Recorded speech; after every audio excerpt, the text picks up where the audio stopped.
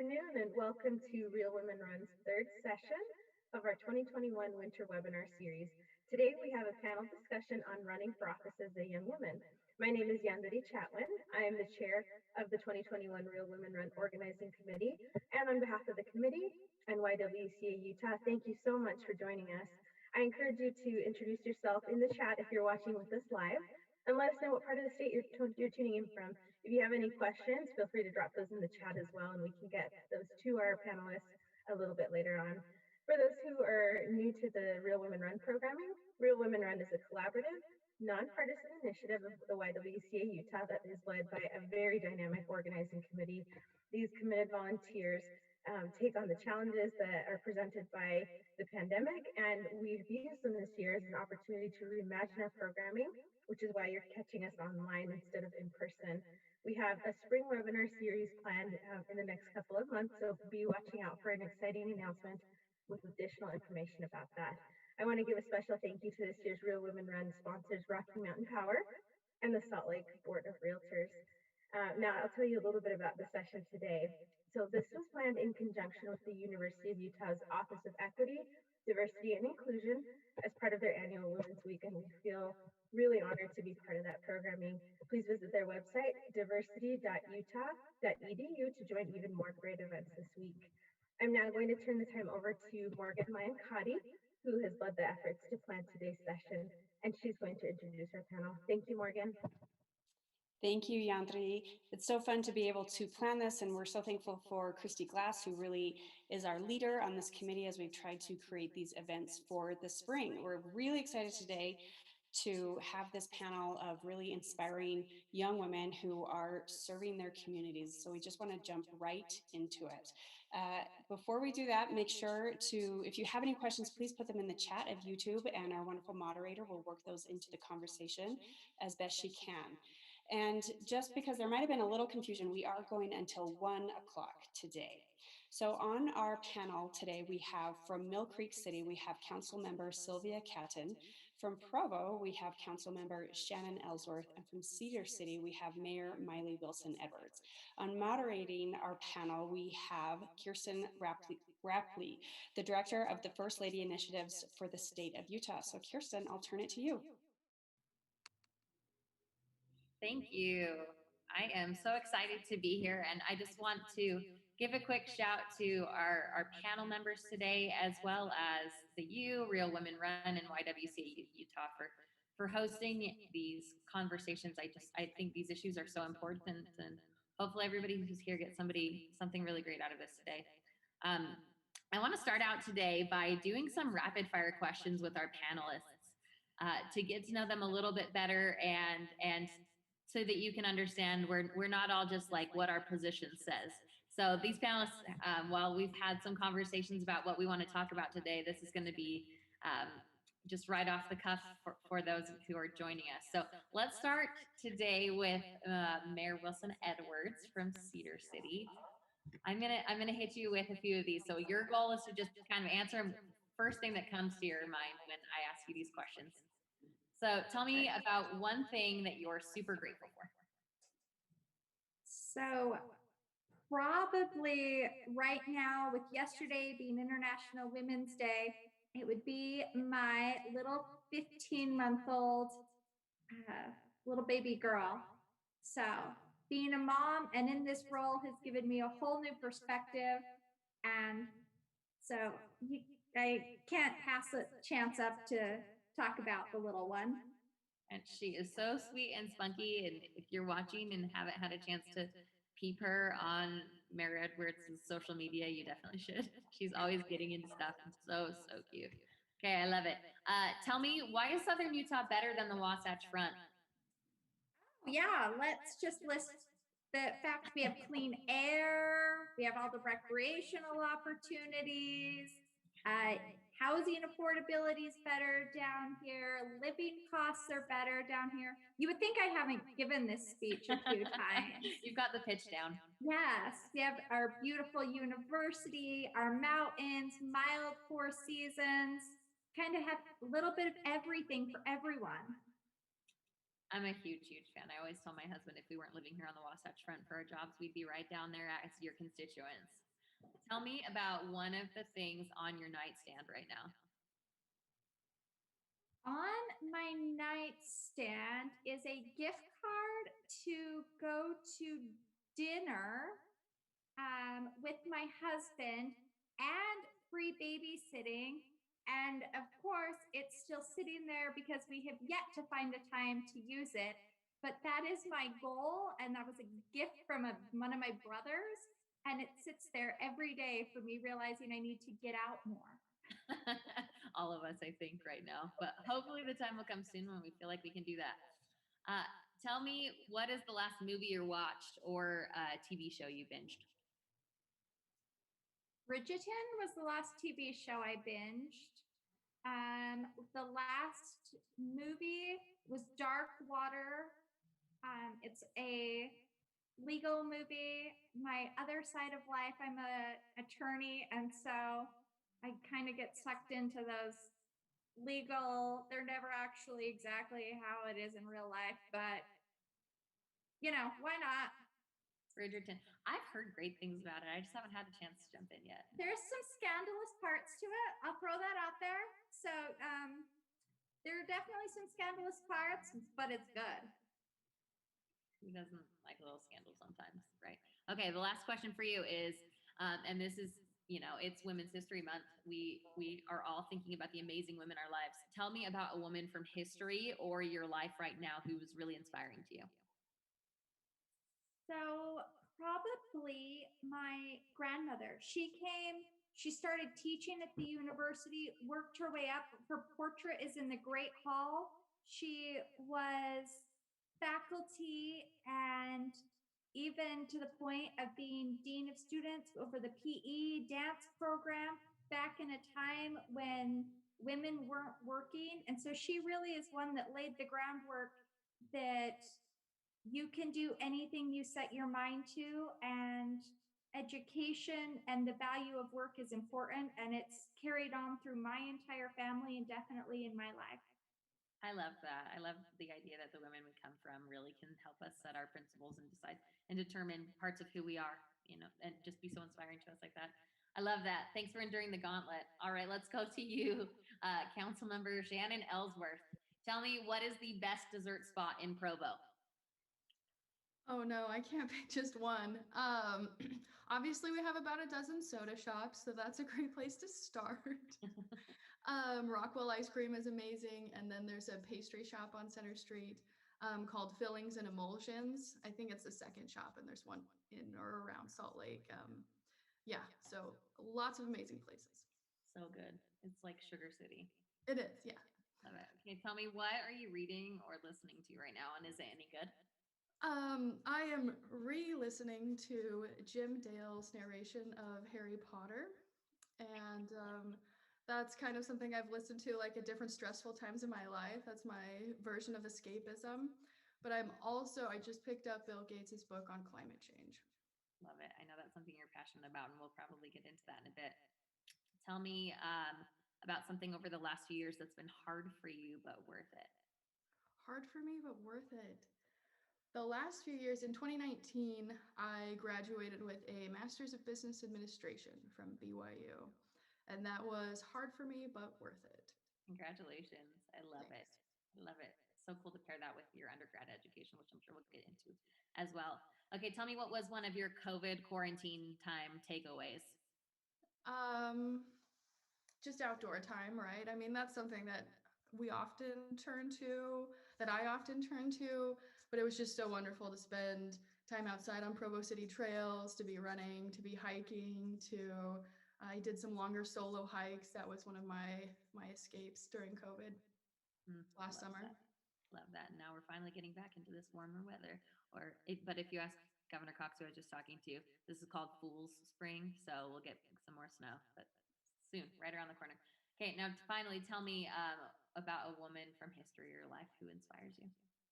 A few years ago, I had the opportunity to interact with Claudia Jarrett, and she was a county commissioner in Sanpete County. I think she was the first female county commissioner in Sanpete County, and I believe she has a doctorate in education, and she is a powerful person. She's just a tremendous force. And I saw her always be prepared and know exactly what everyone was talking about. She was brilliant and she was very capable. So I appreciate her example.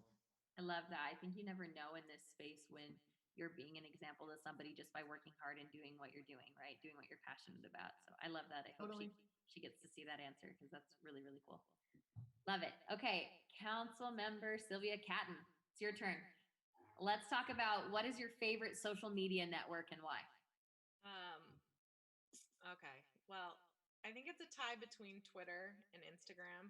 I like Instagram because it's easy to scroll and just, you sit down for, you're like, I have 5 minutes. And then like 20 minutes later, you're like, wow, that was a big waste of my time. Every day. I know. But I love Twitter because I feel like Twitter exposes me to ideas and people that I would have never otherwise encountered. And just because of the format, it's short and sweet. And I love it. I learned so much from Twitter. I hope it never goes away. I completely agree. And I'll tell you what, for those of you who are watching, particularly if you're a college student, my guess is if you're in this space, if you're watching us right now, you're interested in politics. If you are not on Twitter, you are missing like the best of Utah politics. I feel like Twitter is this place for like bloggers, sports fanatics, and Utah politics. Okay, all politics, but get on it. I totally agree with you. Tell me about something non-political that you're passionate about. Non-political that I'm passionate about. I grew up dancing. I danced my entire life. I danced professionally after college. And so I will have to say the arts. I one of the things that I've done in my capacity with the city that isn't political is I've actually been able to teach dance for free, and just share some of that with people in my own community, and that's just been so amazing. So anytime the arts are involved, I'm always like front and center. So I love that. I love that. So good. Tell me, what's the best dinner spot in Salt Lake Valley? Oh my gosh. The food questions are getting you guys. I know. So I there's a place in Mill Creek. There's actually quite a few places in Mill Creek. I love Provisions in Mill Creek. That's just a little spot up on 33rd. Um, I love any sushi. It's that I'm gonna take Shannon's question and say that that's like been one of my COVID coping things. It's just like getting takeout sushi. So, and I'm not picky. I love sushi. Um, but then I also like Copper Onion and Eva's. So I it doesn't matter.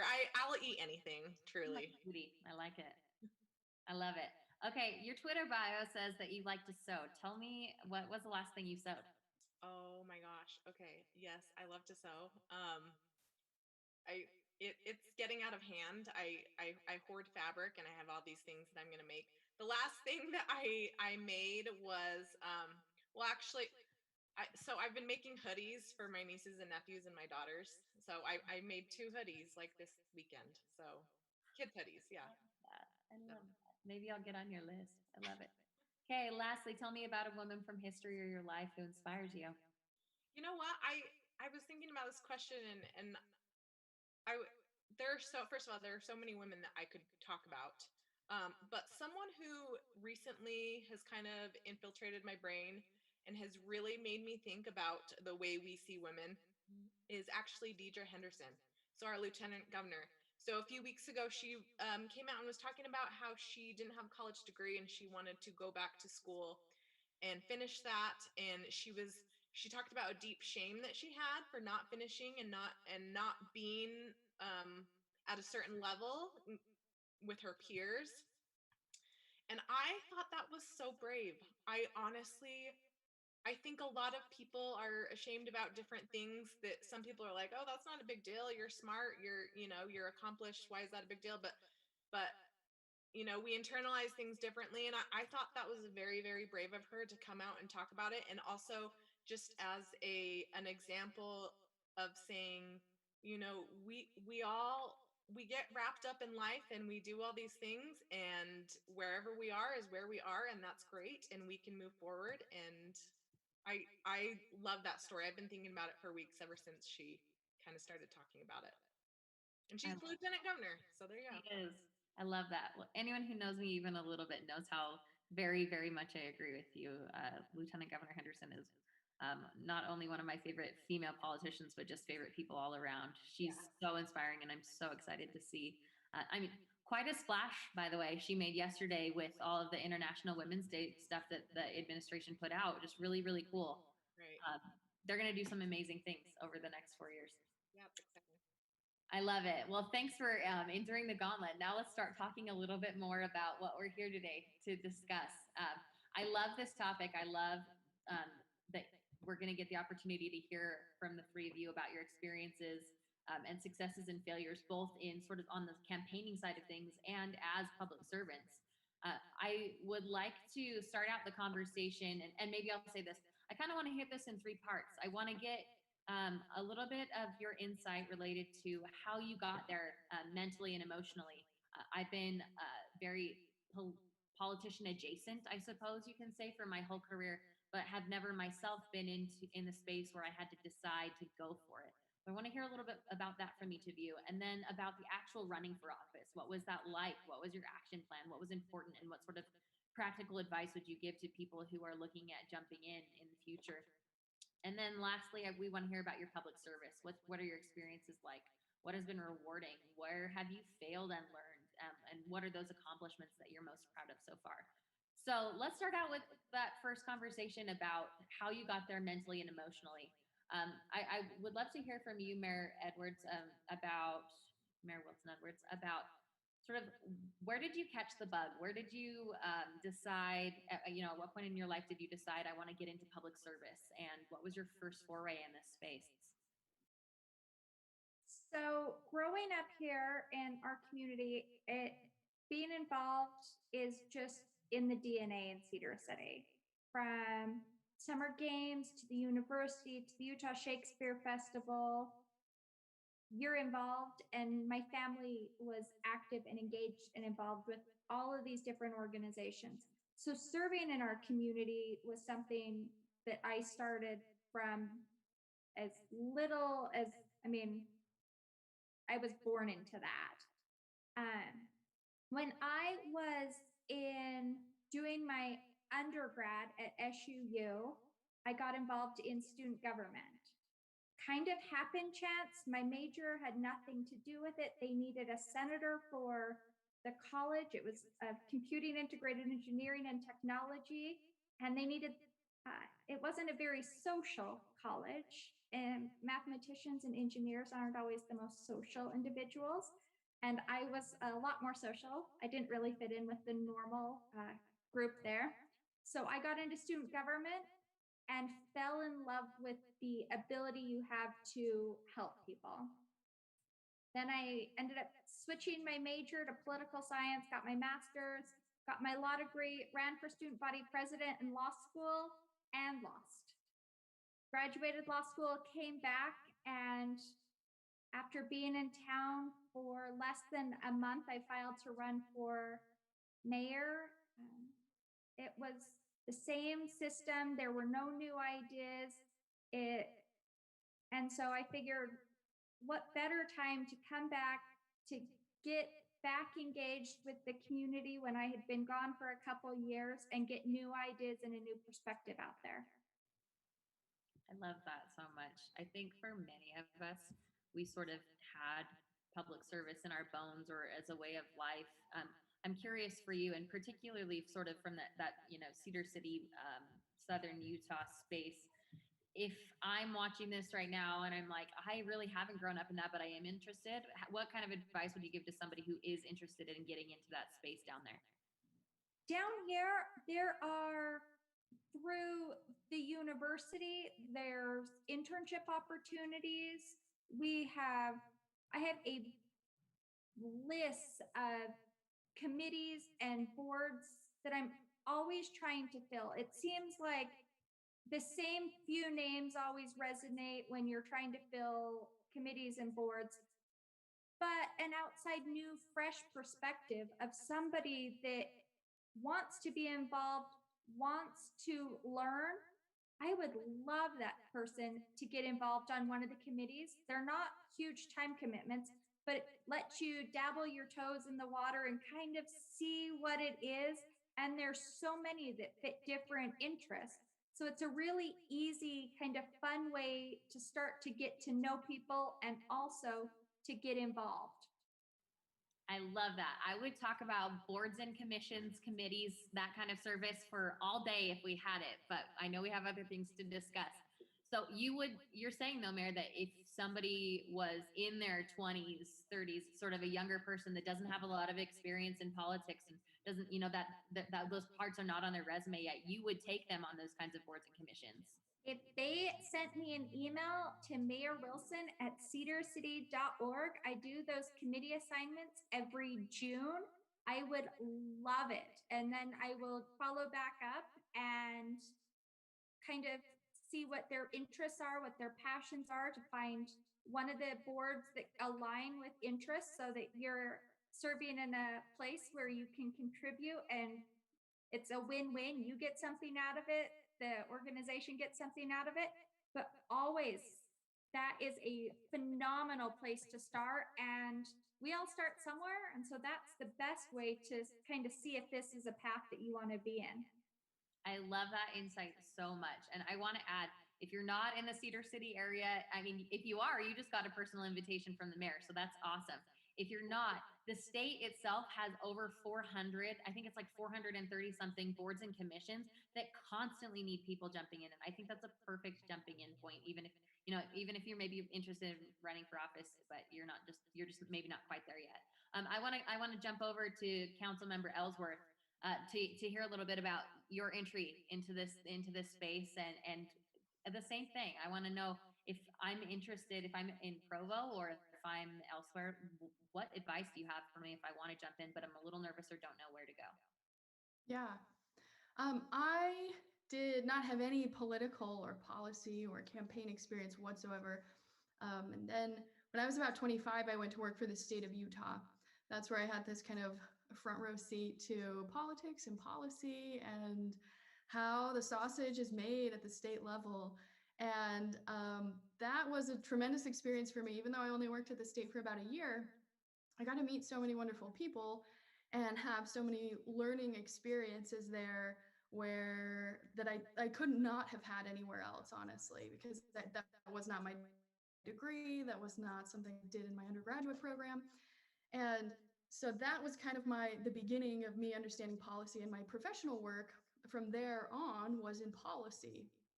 And so my experience has always been in policy. I'd never worked on a campaign until my own campaign. And so I said this over and over: I like policy, I don't like politics. I like policy, I don't like politics. But after I left the state, I was almost at the same time, I was appointed to a state board. I was appointed to the Governor's Rural Partnership Board, and I served with then Lieutenant Governor Spencer Cox. And that was really exciting that I got to solve problems for the state of Utah and bring a different perspective, a millennial perspective, a female perspective to this board that had a lot of rural representation and was trying to create economic solutions for rural Utah. The same time, I just barely moved to Provo, and I was appointed, because of my professional experience in land use and environmental planning, I was appointed to a city ad hoc land use policies for a part of Provo that's still developing. And so I got to participate there, and I saw what was working and what wasn't working, and who was representing me and who wasn't representing me. And I said, shoot, if I'm going to be represented, I've got to show this just isn't cutting it, right? Folks who were elected aren't hearing me, they aren't noticing me, they aren't seeing a lot of demographics in our community. More than the majority of our community isn't, in my opinion, being really seen and really understood. And so that's where I started to get very involved, and it kind of snowballed from there. And I've served on a number of boards and commissions, and then I had only lived in Provo for about 3 years when I ran for city council. So unlike the mayor, I am not a long timer. And actually, Sylvia is the one that's from Provo here. So she's lived in Provo a lot longer than I have. But that didn't stop me. What could have stopped me from running, the thought in the back of my head, this like negative voice was, honestly, it was around body image. I had gained 15 pounds in grad school, and I said, I don't want to put my chubby face on a flyer. I don't feel confident putting myself out there. Even though I wanted so badly to advocate for underrepresented groups and to fight for the underdog, I felt self-conscious. And I said to myself, self, if you don't do it, who's going to do it? And so I just had to get over that hurdle. And that's a message that is really important to me to share with women, is that the more time you spend worrying about your body and the way you look, is less time you're spending investing in your community and in improving the world around you. So there's an opportunity cost. The more time you spend worrying about your body, the less good you can do in the world in a lot of respects. So hopefully we can all jump that hurdle, and I think we'll have to do it many, many times over. But if women don't know where to start and they're in their 20s or 30s, I participated in Real Women Run Saturday events. I think there was like a symposium once or twice during the year. And so that kind of gave me insights into campaign finance. And at that time, I was like, I'm not sure if I'm going to run. I just want to learn about it because I don't know anything. And so that helped me a ton. And prior to that, a few years ago, I was involved in the Women's Leadership Institute political development course. I think it was their second course. Pat Jones facilitates that and does a phenomenal job. And again, I didn't think I was going to run ever, but I wanted to understand politics because it influences policy. And I had, there was an element in that course that talked about like writing editorials and op-eds. And so I ended up writing an op-ed when I should have been studying for my finals in grad school, but that led to other opportunities. So these local connections, these local programs of Real Women Run and Women's Leadership Institute, and just using your own network and reaching out to people you don't know and making friends, sincere friends and connections, that's invaluable. That's how my campaign was a success. Pretty sure I called Sylvia and said, what do I do? I've never run a campaign. Tell me how to do this. And she gave me good advice because I just reached out to everyone for free advice. So that's my suggestion, is go out there and find these opportunities, be resourceful. I love that so much. And I just want to say, I think it's really brave of you to be so open and willing to share sort of those insecurities and the things that may have kept you away from it. I want to dive in with the other two panelists on that a little bit in just a minute as well.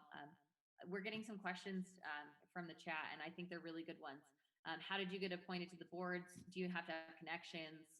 Did you apply for the state? And I think this has been posted into the chat.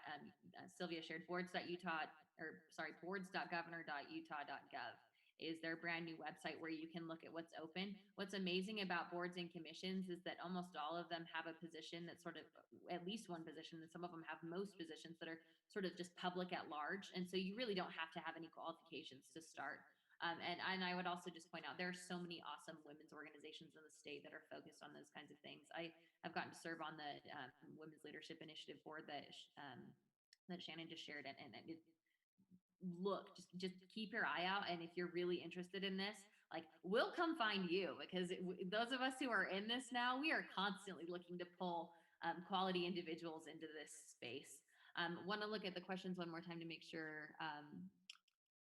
The other thing I'll say is there's a wonderful new employee in the governor's office named Shelly Smith, who's running the boards and commissions for the governor. Just reach out and tell her Kirsten Rapley sent you. She'll find you a board to be part of. I know that cities and counties have many boards as well that you can look into if you're interested in that hyper local sort of opportunity. I want to jump a little bit over to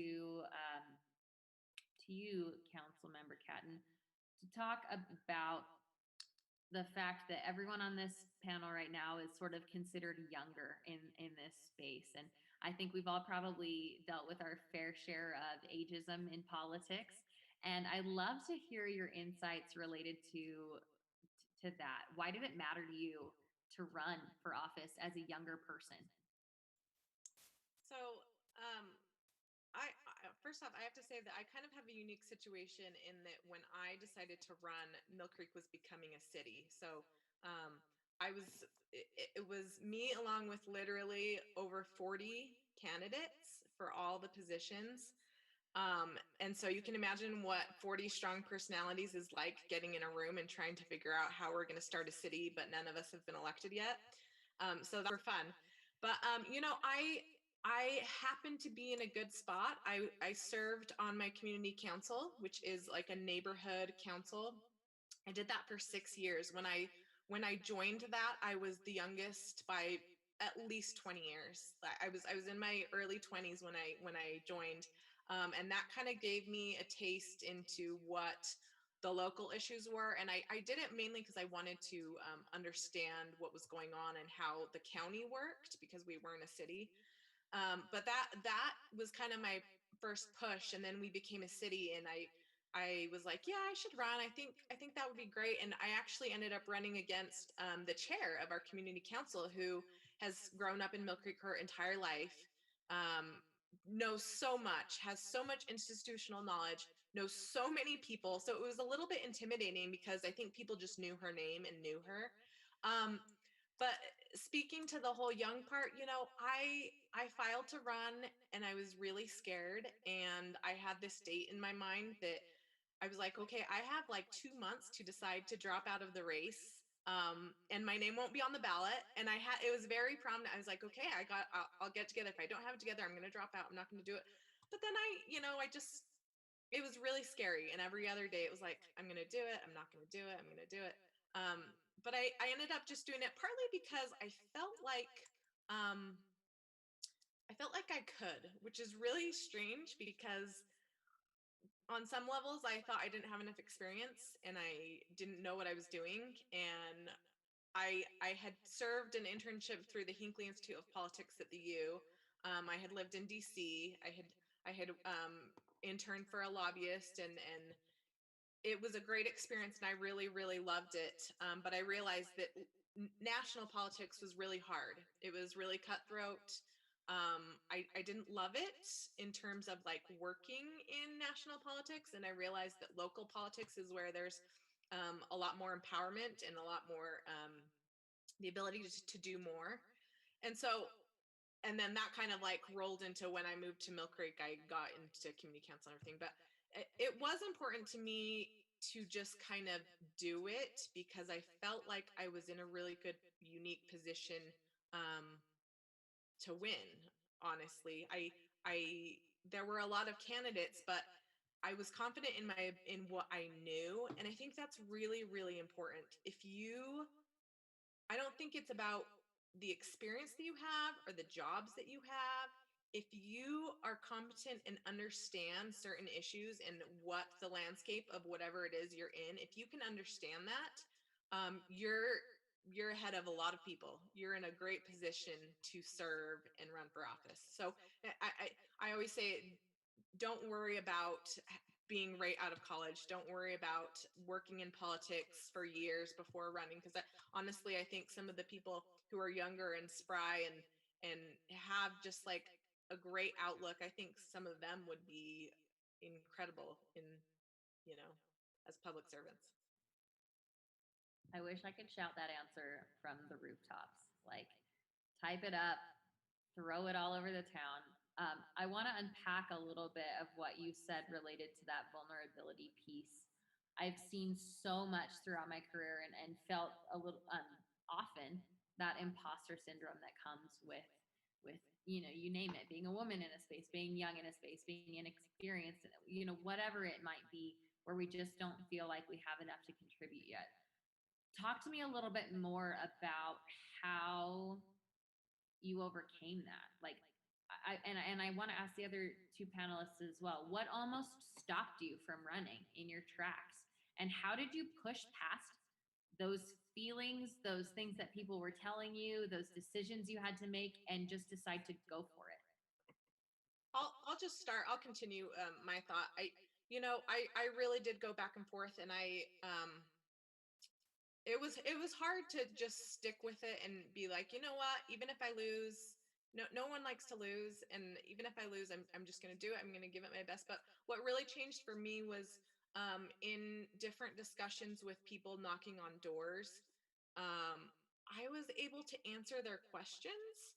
And it was kind of just like, I know this. Like, I've been exposed to this. I know what I know. I've lived in this place. I know my neighborhood. So why not? You know?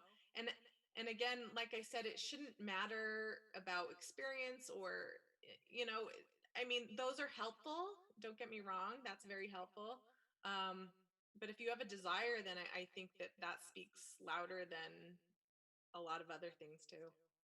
Yes, and I want to say really quickly, nobody ever gets ridiculed when they lose, right? If you run for office and you don't quite make it in, like that was an experience that was unforgettable for you. You learned so much. It either prepared you for the next thing or made you a better person or both. And nobody's going to be looking down on you. So if you're thinking like that, if that's really like the low bar of what you have to lose is gaining something awesome, then why not, right? To your point exactly. Mayor Wilson Edwards, what do you have to add? So speaking just about that losing aspect, I ran for student body president and lost, like I said, but there were so many aspects of that that when I did run for mayor, even down to how to market, how the name recognition, nobody really realizes how my name is spelled and how it's pronounced and the correlation. So I didn't put Miley on everything, I put Wilson. Um, Mine was interesting. When I ran, I was also studying for the bar exam, the first go around. And so I took the bar a week before the primary election. So I had my whole life on the line. Everything I had worked 9 years in school for all came down to passing this one exam a week before the primary. So I kept going back and forth of, do I have time to study? Do I have time to do both? What if I don't pass the bar exam? That was something that was actually, I mean, it was really public that I was taking it. So if I failed at the bar exam, that was going to be used against me in the campaign. And I later found out that that was going to be a very strong talking point as to why I shouldn't get elected if I didn't pass. And so it was everything I had been working for was all coming together right at the same time.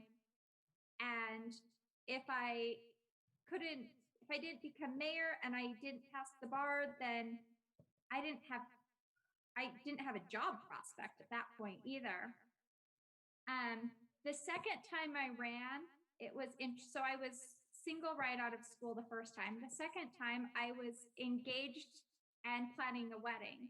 And so office lights just went off. We love that. So it was now trying to factor in this, my fiance and him, and it put a totally different spin on the vulnerability because now it wasn't just my life that they were attacking and criticizing and critiquing in my life that was on display. It was all of a sudden this other individual who never asked to be critiqued and to have their life to put on display. And this time I now have a baby. And so the protective mother side is, well, you don't want your baby to be critiqued. And so all of that, I mean, so it's been a very different kind of evolution of my own personal life on display with the city through running. I've had a number of family things that have come into play that have all been super public, super out there just because of this position. And so realizing that your life does get put on display when you run for office, and that has continued to be a good and bad thing. It was something I was kind of used to with growing up in a small town, but it is a different perspective when you realize that it's not just necessarily you that's going to be looked at, but it's your family and it's those that you care the most about. So how do you push through sort of the scary pieces of that to get to where you are right now? And what would you say, to somebody who is deciding if they want to get into the public sphere when it comes to that exposure to your family, and sort of how you how you manage it emotionally. The main part is you need to have very open, honest discussions with your family members. You need to make sure that you're on the same page, because there are days that are going to be the highest of highs, and days through campaigns and through holding public office that will be super hard and will take a toll. And so you need that support system. And so going into it with kind of your eyes open to say, who is my support, and do they realize that they're probably going to be somehow put at the forefront in one aspect or another, and that they're okay with that, is a major part. That the more kind of upfront, open, honest communication about that, the better, I think. A prominent politician who I was talking to about something similar a couple of years ago told me that one of the things that really helped them push through that was knowing that this would also be a benefit to their family and the friends and the people around them, because they would have then the opportunity to share their insights, to share their thoughts, and to share their lives with the people who were decision makers, right? So if an issue came up, they have that, and obviously we have to keep appropriate with those kinds of things. But I think the more people that run, the more people that get connected, and your families learn how to contribute as well.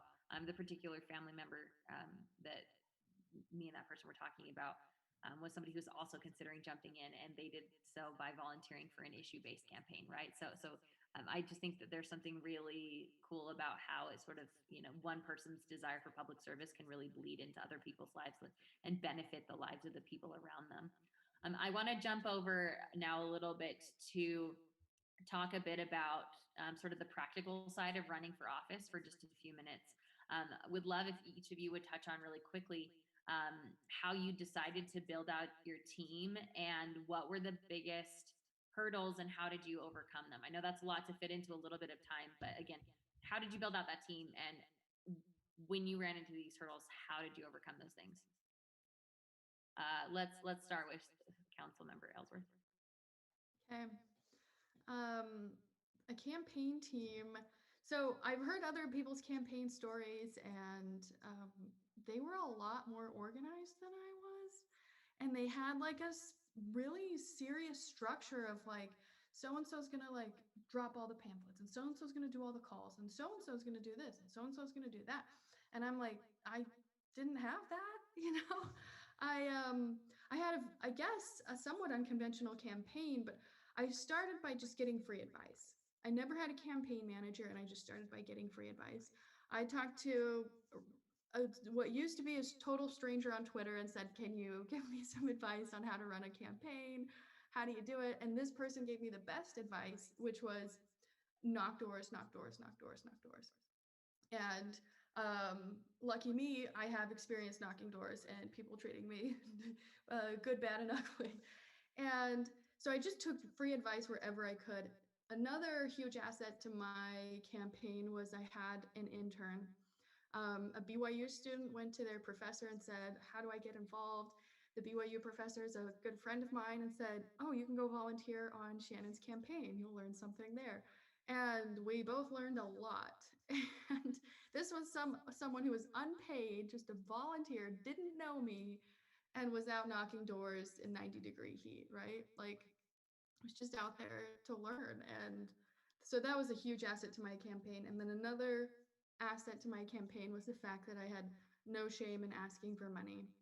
I needed to raise funds. I started my own campaign, like funding myself. But I had just barely graduated with an MBA, and I didn't have a full-time job yet. And the first people I asked for money was all of my classmates. I said, everyone, please Venmo me $20 with your address. And these classmates who I knew well and who I didn't know well, and some of them I thought were a little quirky, they sent me $20. And, that's kind of where it started. And that was just a phenomenal experience. Now, I say my campaign was unconventional, maybe unsophisticated, However, I did win my primary with 55% of the vote, and then then I won my general election with like 64% of the vote. So despite being unconventional and unsophisticated, I did a heck of a job. And it's all thanks to the people who gave me free advice and money. I love And it. You're so proud of that. let me add one more thing. The fourth asset to my campaign was time. I had a lot of time, and so I could go out and knock doors for 2 or 3 hours every evening, or for 4 or 5 hours on a Saturday. I had time. So that was a tremendous asset in my campaign. And generally, I tell people you can win if you have a good candidate and a good campaign, or one of one or the other. Ideally, you'd have both a good candidate and a good campaign. So it's very doable for young people. It's very doable if you don't have a lot of cash. It's very doable if you have zero name recognition like me. So I love that, because those are, I think, a lot of the hurdles people think through is I don't have the name recognition, I don't have the experience, which we've already hit, and or I don't have the funding. Before we go on, I'm going to have Councilman Catton talk next. I want to point out one thing that you said that was so important. So for our viewing audience, if you're in this space, you said the word free so many times. There are so many people, you don't even have to know them, who have done this, who are going to be willing to give you free advice. There are interns or people out there who are committed to you and your ideals, whether you know them or not, who are going to be willing to step out for you if they believe in you and what you're doing. And you have to believe in you. And then, yeah, free money. There's no such thing as free, but there will be people and organizations out there who are willing to support you in your message if you know what that message is and are willing to represent it. So I love that. You can get over those hurdles, and free. Just remember that. Council Member Catton, what do you have to add? So I am going to add on to what Shannon said, because all of that is pretty much what I would say. I hate asking for money. Maybe Shannon's shameless about it. I hate it. I'm like, would you want to donate to my campaign? And then they say no, and I'm like, okay, great, bye. Like, it's, I do not like it. I've become more comfortable with it, but I don't like it. And I did start out self-funding my campaign. I didn't spend a lot of money. Part of that was because I don't like asking for money, and I don't have a lot of money, so I just kind of did what I could. I will add that. Ask people, even if they do not live in your voting district, you ask everyone. You would be so surprised at who would give you money. You ask your grandma's friends, like your old neighbors. People will just give you money because they like you, which is like a big boost to your confidence. So ask everybody. I will say that the advice thing is really important. I did ask a ton of people for advice, and one thing that I'll add to what Shannon said was I have a good friend who worked in politics for several years, and I trust her to tell me things, to be very, very truthful and honest with me. And so she was my like, I didn't, again, like Shannon, I didn't have a campaign manager. I kind of ran it myself. I did have an intern toward the end, and she helped me with a few minor tasks, but I largely did all of it myself. And part of that was because my district is fairly small, and I felt like I could. If it was bigger, I think I would have needed another person or more people to help. But I had my one person, my go-to person, who I could send my mailers to and say, does this sound right? Does this look right? Should I use this picture? Should I say this? And she was my bouncing board for everything. And she would tell me, like, you need to fix this, you need to change this sounds better.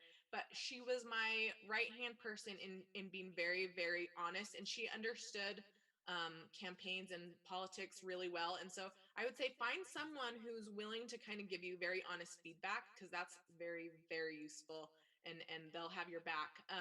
Another thing is ask people who ran for office and didn't win. Ask them what they thought. Ask them for advice. And I will tell you that this actually, I talked to several people who ran for office and didn't win. And at the end of the conversation, they said, Sylvia, what do you need? Do you need some lawn signs? Because I have the stands. I have like 200 stands that you can have. So, you know, you can get free stuff. It doesn't always have to be money. Another thing is like printers. Call all your friends, say, do you know any printers? Can they give me a deal? You can find people and connections, and that can be a tremendous help. I will say that the big thing, like Shannon, that I think that really helped my campaign was knocking on doors. I knocked on so many doors, so many, so many. And in the middle of the summer, and some days I would come home and I just hated it. And I was like, I don't want to do this because I don't want to knock on any more doors. But I think that made the biggest difference. You know, people don't know who you are. But when you knock on the door and they see you, then they go tell all their neighbors, and they tell all their friends at church, and they tell all their friends and within the schools, and they're, you know, they tell everyone that, oh, this lady came and she seemed great, so maybe you should look into her. So that's really helpful. I will say that I was also really incredibly lucky to have a partner who at the time during my first campaign, my baby was about 12 months old. She was little, and I my husband just took her on the weekends, and I don't know, I was gone all day, like knocking on doors. And so it's nice to have people who can have your back and understand the importance of what it takes to win and get things done. I love that. I what I'm hearing is if you're willing to be scrappy and Oh work yeah. super hard, even if it's just you and one other person and a bunch of people you can go to for advice, like you can win a race. And you have two examples of that in these two council members on the call with us. One thing I'd like to hit really quickly in our last few minutes before we talk about some big accomplishments to wrap is to you, Mayor Wilson Edwards. What is your campaign would have looked different, right? Campaigning for mayor is a little bit different. And I would love to know, what is your best advice for somebody who is getting into the campaign space, particularly in, you know, in municipal races like mayor? So with mine, it was, I got a group of probably 5 to 7 individuals that I've known forever that have very different backgrounds and were different age groups. And that was kind of my core. I didn't have a campaign manager. I did this all juggling, like I said, between this and studying, and would go back and forth. But I got this group of individuals and would run ideas past them, would float. Now, will you go out and kind of talk to your network and see and share this idea? And got the perspective from multiple different people across very broad spectrums. And that really helped. And then I had volunteers I had never met that came out of the woodworks. And then at the end, actually following back up and letting your supporters, I got endorsements. That was another really big one, was the endorsement aspect. But then following back up at the end game and just letting your supporters, the people that did the not so attractive work, putting stickers on mailers, all of that, just thanking them. These people volunteer their time on your behalf. And so letting them know how much you appreciated them. I had this sorority. I was a member of the sorority when I was in school here. The sorority girls came up. We had pizza and sat and did calls, reminding people to go out and vote. So it was using different organizations that I had been a part of. They were in parades with me to help hand out flyers. So it's looking internally at what groups of individuals you know that you've been a part of, you have an association with, and how to leverage on those relationships that you've already built in the past to help, because you need people and you need volunteers and all of it. Yes, that is such practical advice, and I really appreciate it. To wrap today, we have about enough time for a quick question that I want each of the three of you to answer. And that is, in 30 seconds, what advice would you give to somebody who is considering running for office in the future, who may be a little bit hesitant to jump in? Let's start with you, Sylvia, Councilmember Catton. Okay. So my best advice that I wish that I'm trying to think back to when I first ran, what I wish somebody would have told me. Um, do not underestimate, and I said this before, knocking on doors. I think that that is just so huge. But also, I think that people, I think being yourself and being genuine is a huge thing. Um, if you don't know the answer to something, say, I don't know. I can find out. I when you're sincere and genuine and you're showing who you really are, people are much more likely to like you, and people can sniff out when you're not being yourself. And that can be a turnoff. And not that I wasn't myself campaigning, but I kind of wish that somebody would have said, like, you're great and you're talented and you can do this, and if you just roll with it and work really hard, you can do this. And that seems kind of cheesy and like, well, obviously, like, but it's true. Just, be yourself and put yourself out there and knock on a million doors, all the doors, knock on all of them. I love it. Let's pop over to you, Councilwoman Ellsworth. I love what Sylvia said, knock on all the physical and proverbial doors. But I would say when you're making a decision, whether it's running for council, whether it's running for mayor, whether it's going out for a new job or, applying for a graduate program, just remember that you don't need anyone's permission and you don't need consensus to move forward. It's your life. And sometimes women are programmed to want consensus. And if you ask 20 people for advice, it might be 19 think that law school is a great idea and one person thinks it's a bad idea. And you're going to focus on that one person. So remember, you don't need anyone's permission. You don't need consensus. You are the captain of your life. You go do exactly what you think is the right thing. Huzzah! I love it. All right, Mayor Wilson, words, take us home. So really practically speaking, what I did at the very beginning was I made a list of all of the different things that I thought. This goes back to interview prep. This actually goes back to pageant world interview prep long, long ago. All the different types of questions that I thought I would get hit, from age, from the fact that I was single, from education, from experience. I wrote all of them down and said, if I was hit with this, what's in it? How would I answer it? And so I thought through all of those different hurdles at the beginning and figured out this actually isn't a negative. It can be just as positive as they want to spin it to be negative. And so I went through and looked for all of these different issues and figured out, okay, how is that a strength, not a weakness? And so it built my confidence up, but also made it so when anyone else asked me those types of questions, I had already thought through something. I already knew and had my answers, my confidence built up to directly answer them. And so the people knew she does her homework. A lot of this is about being prepared and doing your homework.